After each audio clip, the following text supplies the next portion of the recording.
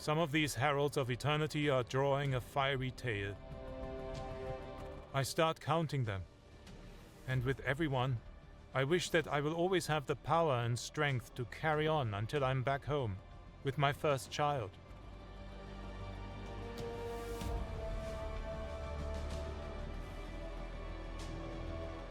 These falling stars up there in the vast black sky show us once again how small and insignificant we are. 14th of December 1942, Kalmyk Steppe. We attack towards point 147, about 3 kilometers west of Verkhnekumsky, when the light platoon reports enemy armor, T-34s near Sogotskot. We all mount up and behind our leader Dr. Beke, west of the road to Salvisky, and then turning east in a broad wedge formation towards Sogotskot. With 5th and 6th Company in the lead, we traverse a hill from the top of which we suddenly have an unexpected encounter. Matusek's voice grates through my headphones. "Some of them are turning their turrets!" And another voice. "Achtung, 2 of them are heading towards us!" Then a loud shout across the wavelength of the Abteilung. "Russians, fire!"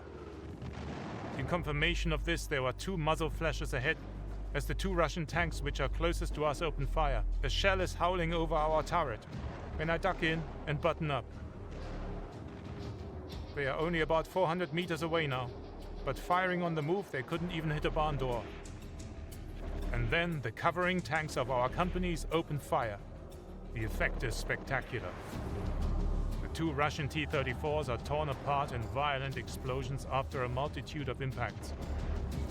At ranges under 600 meters, our long 5cm guns are lethal, even for the T-34s. And with our higher rate of fire and our far superior training, the whole matter was over as quickly as it had begun. Half a dozen T-34s had turned around early trying to escape, but these were quickly finished off by the 7.5cm tanks of the Heavy Company, whose guns could crack them like a nut at ranges of up to 1200 meters. Standing in my turret about 20 minutes later, I can see black smoke rising up from the wrecks of 36 Russian tanks. At about 1500 hours, we headed back to Verkhnekumsky, where in the meantime another large group of Russian tanks, including several 52-ton giants, had attacked. They too had been repelled, and 8 had been destroyed. Our own losses had been low, 2 tanks lost and 9 damaged, most of which will be operational again in a few days.